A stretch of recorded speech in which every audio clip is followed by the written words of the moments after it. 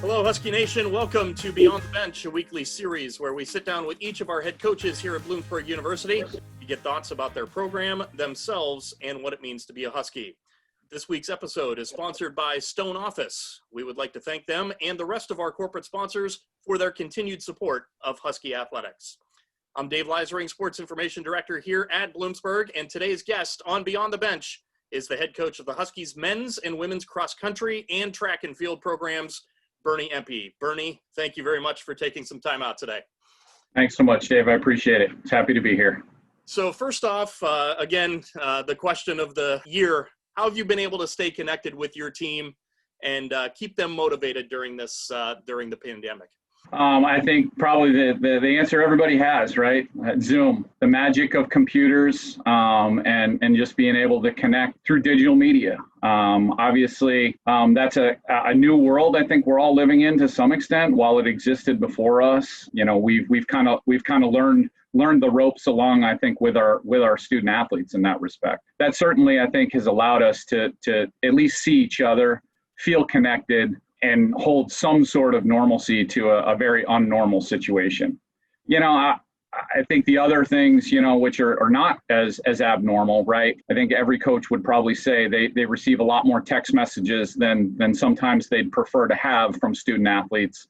And that mode of communication has still been wide open as well. It's a tough time. We're all, I think, living it, experiencing it, and learning from it as we go. Keeping them motivated is a tough one, right? Like, how do you do that when we're not allowed to be together? They're not supposed to be together. And I think you do what you can to try to infuse any sort of excitement into something for them. You know, for us, I think our sport is obviously there's a very much an individual component to it, and not that makes that different from or better from other sports that have more of a team atmosphere to it. But I think it intrinsically motivates our athletes from the get-go, right? Like, my performance depends more on me than it does, on whether, we have a star quarterback or a great goaltender, right? Or an awesome goal scorer. I always say, the beauty of our sport, right, is that my success does not depend on somebody else. The tough part about our sport, I think a lot of other sports have some motivating tools, especially when they're in season, in their competitive realms, that probably help a little bit. I'm not going to pick on that, but, I would like some of that sometimes. Sure. And I think from as we're starting to get back with our student athletes now and kind of interact with them, in a informal, formal practice setting, we're starting to see, some of that motivation that might have been there, since we haven't seen them since, the mid part of March. You're entering your 13th season here at Bloomsburg University. Probably hard to believe, right? It's gone really fast. So talk a little bit about your background and how you ended up here to take over the program. Sure. Well, I'm a lifer, if you want to call it that. Other than a short jaunt around the country to see what some other parts of the country look like, I've more or less spent my entire professional career coaching at the collegiate level. I had 12 years of mid-major, small conference Division I experience prior to coming to Bloomsburg in 2008. I was an assistant coach, and in the two programs that I was in, the head coaches gave me a lot of autonomy. So I got the opportunity to have my hands kind of in every realm of the coaching end of things, from recruiting to budgeting to obviously coaching kids, but all the behind the scenes stuff. And I felt like it really prepared me well to be a head coach. And so I'd been looking for head coaching opportunities. The Bloomsburg job opened up. It was kind of the perfect fit, I think, for me, for our family. It's about 3.5 hours from where my wife and I grew up in upstate New York. Which is just the perfect distance for us, close to home. But, I always say sometimes far enough from home. And the other part of it that I probably didn't really know when I went through that process, that I've learned really quickly, is the Division II motto of life in the balance, really kind of was what my professional coaching life had started to evolve into. And it was awesome. It just the right fit. I think the other thing that really excited me about Bloomsburg, when I was going through the interview process, was I was basically being hired as the track and field coach, the men's and women's track and field coach, to resurrect a dormant track program that hadn't been around since the late 90s. So I felt like that was awesome because it gave me the opportunity to kind of build a track program in my vision, not to, unfortunately not to come in and pick up the pieces that somebody else had and roll with it, but kind of, mold it around what I really thought a track program should look like. Let's go back to 2012 for a moment. You had the opportunity to coach the program's first ever national champion when Justin Shirk won the javelin. What was that moment like for you and for the program? Oh, geez. I mean, how can you ever probably put into words having a national champion in any sport, in any event? It was, it was early, obviously, in my career here at Bloomsburg. It was, I think, in a lot of ways, life-changing for me. It showed me the NCAA championships on the biggest scale. One of the really special things I think about that environment is basically a coach of the winning athlete gets to present the trophies. I had asked my throws coach at the time, Louise Duffus, now Artman, if she wanted to present. And I remember her saying, no, it's the first one. There'll be others. Obviously we thought that Justin would have a good chance to kind of replicate that in the future. Hindsight's always 20/20. I bet she probably regrets giving that opportunity up from time to time. But it was a really special opportunity to be able to stand down on the field, hand Justin the national championship trophy when he's standing at the top of the podium. It was a special day. Everything about it it just kind of came around. It was in Pueblo, high desert, a really kind of unique environment. They had newly completed a throws area, but it was still a little bit under construction. And I'll never forget, we were standing there during warm-ups and Justin had a throw in warm-ups that literally went off the end of the throwing area, like into the desert. And literally all the coaches kind of just stopped and were going, oh my goodness, what's going to happen today? And it just it looked like it just sank into the, this beyond, like that you couldn't see the end of. Obviously the competition started and Justin had, what I would call a career day. 5 of his 6 throws that day were further than the throw that he had to qualify for the championship meet, including his big one that won it, which was his last throw in the prelims. Obviously in our sport, they take their prelim marks to the finals. So he was able to ride that 71-90 that he threw through the final 3 throws, but it was just magical. As a coach, I think you want those days every day, and as an athlete, I'm sure they want those days every day. You prepare for them, but in the moment, I don't think you ever really know how it's gonna kind of feel later on down the line, and it's kind of one of those moments that I'll take back. And I think about all the time, because as big as it was for us and Bloomsburg University, obviously it was that big and bigger for him, right? He was a phenomenal athlete, 2-sport athlete here. I think he was the captain of the football team his senior year. Had some looks in the NFL, has spent some time playing some professional football in some of the other leagues. I'd take him back tomorrow if he could come back out and throw for us tomorrow. I'm sure he would. He'd do some special things again. Let's get to present day Huskies now. And you brought in your largest recruiting class with a total of 42 student athletes between the men and women joining the program. Was that your mindset going into this year's recruiting? And what are some of those selling points you use to attract those new faces? We're in kind of year 4 of my assistant coaches since getting here, Kristen Stam. And we had been kind of, I think, gradually building into a better and better and better recruiting plan each year. We'd kind of been growing a little bit and incrementally through that whole time. And so we kind of went into it anticipating that we were going to try to bring in big numbers. I always say the hardest part about recruiting for us as coaches is that we don't get to make the decision. We don't get to tell any kids, you're coming here.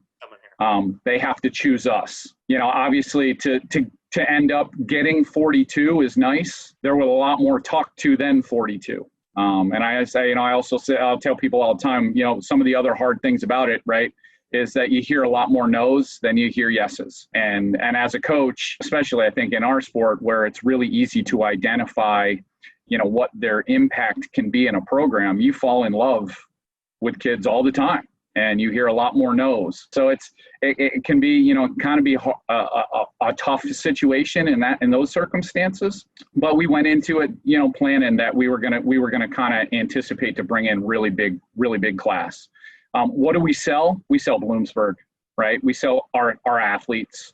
I tell students all the time in the recruiting process, it's about finding the right fit, and the right fit is very individual for a student. Some of them want to go to school in their backyard. Some of them want to be a long way from home. And there are a lot of different factors that kind of go into it. I think one of the biggest factors, our campus is very well maintained. The buildings are beautiful. I think having a medium-sized campus is a good thing for us.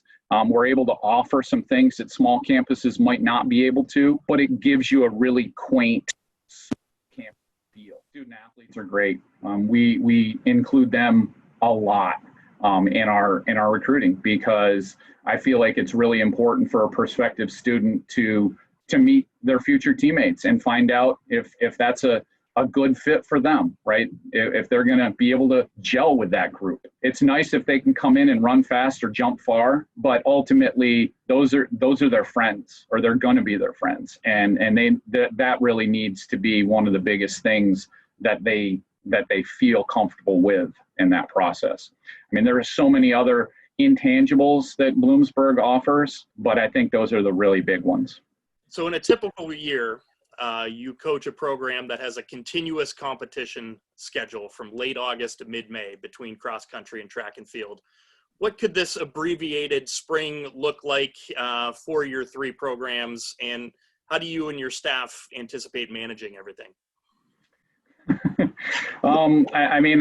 I don't think for us it'll be any different than we normally experience, right? I mean, we're accustomed to starting competition in mid-January and not really having a weekend off very often through the middle of May. Now, the environment might change a little bit for us. Like, honestly, we've had discussions, as coaches in the Pennsylvania State Athletic Conference about how do we balance, three sports really over a 2-season calendar. And we don't think, I think most of us don't think that it's not really that viable to have a cross-country season, an indoor track season, and an outdoor track season all in the spring semester.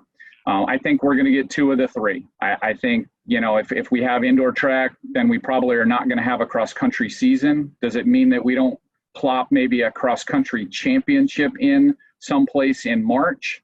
Maybe there's a possibility of that. Obviously, I think outdoor season is a much more likely thing at this point, just given that it's a sport that, is in wide open spaces. So it's a little bit easier for some natural social distancing stuff to happen. If we don't have an indoor season, then the talk is that maybe we'll have an abbreviated cross-country season that runs February and March before the start of the outdoor track season. Nevertheless, I think for us as coaches, it's not going to be a whole lot different than what we normally see in our world, because we'll be competing someplace almost every weekend from when we get back to campus to when the semester ends. And so I'm excited. I'm just excited to be back with the kids, excited to for our kids to be able to do something again, to be competitive, and no matter what realm that looks like, right? I'd rather them, have a track meet or a cross country meet that's a skeleton of what it used to be, as opposed to having none at all, right? I think that going without completely is the hardest thing, right? We can all adapt to a shorter competition schedule, less meets, less teams at the meets that we go to. But ultimately, I think doesn't matter if you're talking about track, cross country, football, baseball. It's about competing. It's about trying to beat somebody else in whatever endeavor that you're doing, whether it be kicking a ball or whether it be running around, an oval. So how do you describe your coaching philosophy, and who's had the greatest impact on your coaching style? Yeah, so my coaching philosophy, I think, has evolved a lot over the years.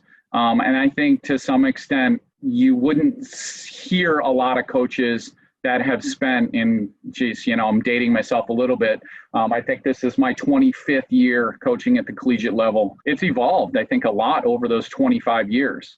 The things that I did and the way I thought when I was 25 and a fresh coach are way different than kind of how I handle things now at what age I am now. And in my 13th year at Bloomsburg, really, I have a very laissez-faire coaching style. I know that I can't force kids to do anything they don't want to do, and how good they want to be can be influenced by us as coaches. We can certainly build a fire, but they're the ones that have to feed it, right? I tell our kids all the time, we put the plan together, but you're the one that actually executes the plan. You're the one that does all the work. For me to sit back and tell our kids what they're going to achieve I can tell them what I think they can achieve. And we do that in the goal setting process, but ultimately they're the ones that have to be passionate about the path they're on. My coaching philosophy is built around that: passion, accountability, hard work, and providing an awesome experience for our student athletes. And I think that some of that has changed, right? Early on, it was about the X's and the O's and about how fast you're running and how far you're throwing. And as kind of time went on, it became more about the growth that happens through that stuff. We talk a lot, and I try to get our athletes really to invest in the process. Everybody wants to focus on the outcome. Did I place this? Did I run this? And ultimately, yes, athletes and coaches evaluate things based on outcomes, but focusing on the process to get to those outcomes makes it, I think, easier to achieve. Ultimately, when you get kids invested in the plan to get them there, it's easier for them to focus on the day-to-day things than it is to focus on the outcome, right?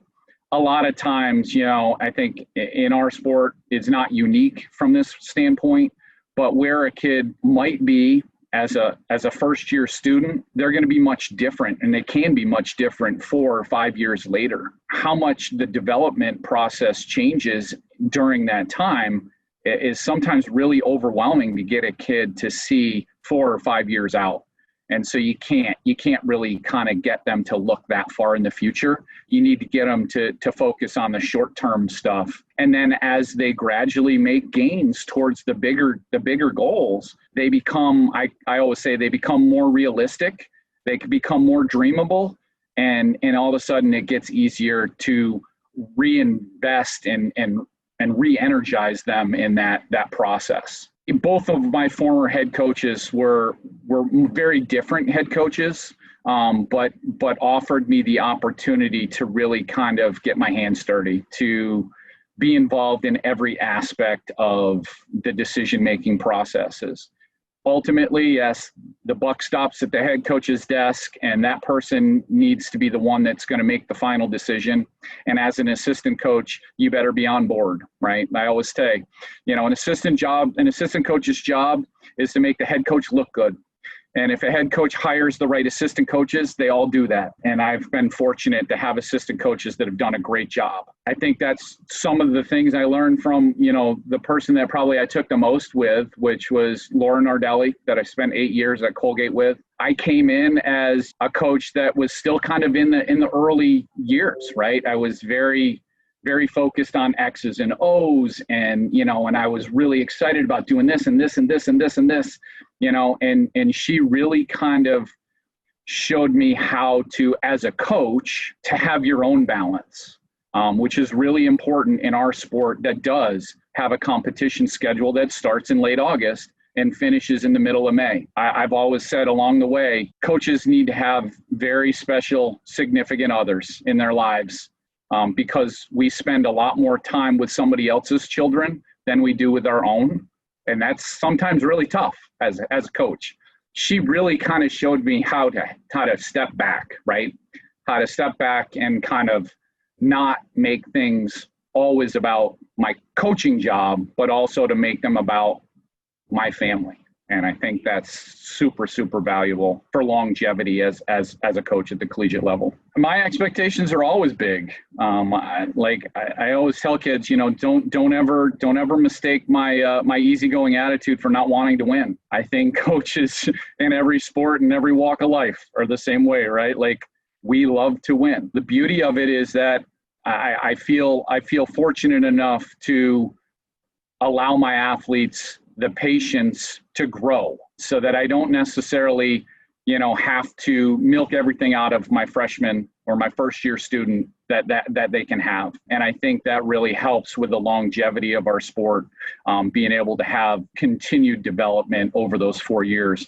Ultimately, my expectations are going to be big. If it's an indoor champion, if it's an indoor season that we're in, I'm going to expect that my athletes are showing back up in January, ready to go. I realize it's been tough.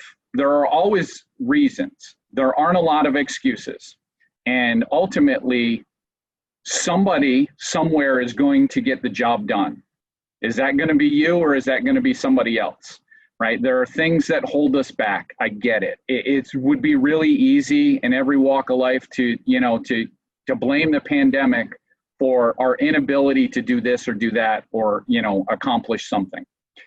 Ultimately, you've got to find a better way. You've got to find a different way, right? It might not be the way that you're comfortable with or the way that you're accustomed to, but you've got to get it done. And so, if we're stepping back into an indoor track come, January and February, I'm going to expect that our kids are ready to go like they would have been last January or February. If it means we're in a cross-country season instead, then we better be ready to go on that front. Ultimately, our goal, as it is every year, is to win a PSAC championship. We've been close, and that's kind of what fuels us to bring in big classes and develop kids and keep working towards holding that trophy standing on top of the podium. Because whether it's a PSAC championship or an NCAA championship or an Olympic medal, everybody wants to stand on top. And when you get to stand on top, it's a pretty special feeling. And I want everybody in our program to be able to have that opportunity. So Bernie, let's take the last few minutes here to get to know you, the person now. And we'll start with question one. And did you have any favorite sports teams when you were growing up? Well, believe it or not, I was a hockey player long before I was ever a runner. Growing up in upstate New York, ice hockey was my first love. It's probably always been my first love. Unfortunately, I was not gifted with size. And that certainly is a thing that helps in hockey. Yes, I know that there are small, really awesome hockey players. I didn't grow up in Finland. And, it's a little bit harder to come by. Honestly, I took up running really to be a better hockey player.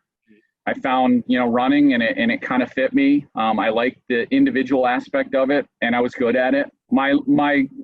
My whole existence, I grew up a Detroit Red Wings fan. Unfortunately, they've the last number of years, they've come on some hard times. But I know it's a great organization, and I know that they're gonna rebound here sooner rather than later. Sports role models. Obviously, the hockey thing. Wayne Gretzky was a huge role model. The things he accomplished was unbelievable. But I think probably one of the most special ones was Eric Hayden, and what he accomplished in the 80 Olympics was just unbelievable. And I think that kind of crossed where that really crossed over in my two loves, right? Hockey, which included the skating aspect of things, and track, which included going around an oval. Now you put a kid on skates or a man on skates going around an oval. He basically won the equivalent of the 100 meters and the 10,000 meters, and in the track world. Like, sorry, Usain Bolt's awesome, but he ain't winning 10,000 meters. Right, exactly. So we were talking about this beforehand. What's your favorite movie? There's a million favorite movies. My wife and I were talking, about that the other day. It goes on and on and on and on. Probably one of the movies that I can turn this movie on 10 minutes in, an hour in, 10 minutes before the end. I can hear one scene without even seeing the television. I can tell you what movie it is. Caddyshack. It has an illustrious cast. Rodney Dangerfield, Chevy Chase, Bill Murray, just a comedy, that I think if anybody hasn't seen, I quote it a lot. A lot of my kids kind of look at me like I'm crazy. And I'm like, you've never heard that? And they're like, no. And I'm like, you need to kind of get this movie so that you understand where these references come from. Right. I'm surprised you didn't say Slapshot. Well, I'll tell you what, the crazy thing is Slapshot, part of Slapshot was filmed in Hamilton at Colgate University.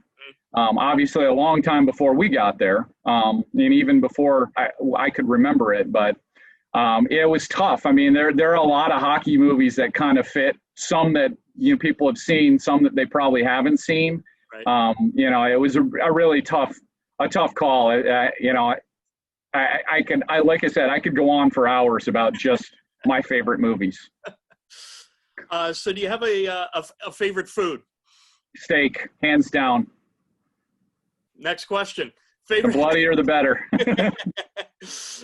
Favorite music, musician, bands, anything you listen to? I think I grew up in the pop age, right? Like where, radio was really, really big. And you heard a lot of, kind of mainstream pop music. But, since early in my college days, I'm a pretty diehard country music fan.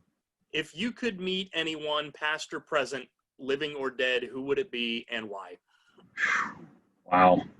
Can I come back to that question in like a year? I probably am going to get a little sentimental on this one. My mom passed away far too young, and I would give anything to spend 5 more minutes with her. So, best thing about Bloomsburg University? Oh, the people. The people are awesome. Whether it be our student athletes that we get to work with every day, the staff. I mean, I don't always necessarily see eye to eye with everybody on our staff, but by and large, we're all fighting for our kids, right? We're fighting for our athletes. Or, if you're on the faculty end of things, you're fighting for the students, and we all have huge hearts, want the best for Bloomsburg, for our university, for our students. And the people are amazing. Coach, really appreciate you taking the time out today to spend some time with us here at Husky Nation. And we look forward to a jam-packed spring with all your student athletes. Yes, thanks so much, Dave. Appreciate it. Head coach Bernie Empie of the Bloomsburg University men's and women's cross country and track and field programs. Thanks to Husky Nation for tuning in to Beyond the Bench. Join us again next week as we will visit with another Huskies head coach. We'd also like to thank once again Stone Office for sponsoring today's episode. For information on everything Huskies, visit our website at buhuskies.com. Be sure to follow us on Twitter, Facebook, and Instagram. Again, I'm Dave Leisering. We'll see you next week on Beyond the Bench. Have a great day, and go Huskies.